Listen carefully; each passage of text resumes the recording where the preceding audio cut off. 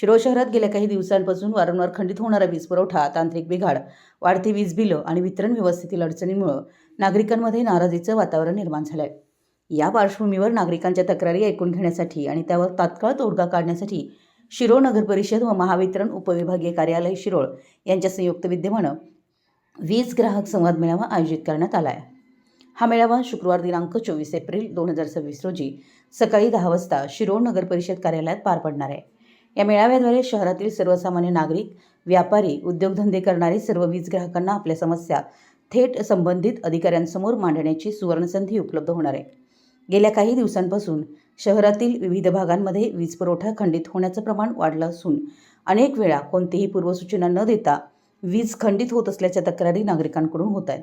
याशिवाय वीज बिलांमध्ये अनियमितता, मीटर संबंधित अडचणी, कमी व्होल्टेजची समस्या तसेच वितरण यंत्रणेतील तांत्रिक बिघाड यासारख्या अनेक प्रश्नांनी नागरिक त्रस्त झालेत.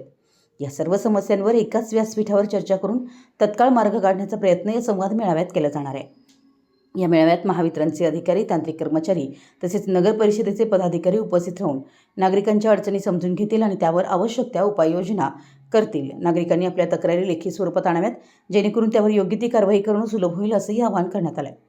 नगराध्यक्षा सौ योगिता कांबळे, उपनगराध्यक्ष पृथ्वीराज सिंह यादव तसेच शिरोळ नगर परिषदेचे सर्व नगरसेवक, नगरसेविका यांनी शहरातील सर्व नागरिक, व्यापारी आणि वीज ग्राहकांनी या मेळाव्याला मोठ्या संख्येने उपस्थित राहून आपल्या समस्या मांडाव्यात, असं आवाहन केलं आहे.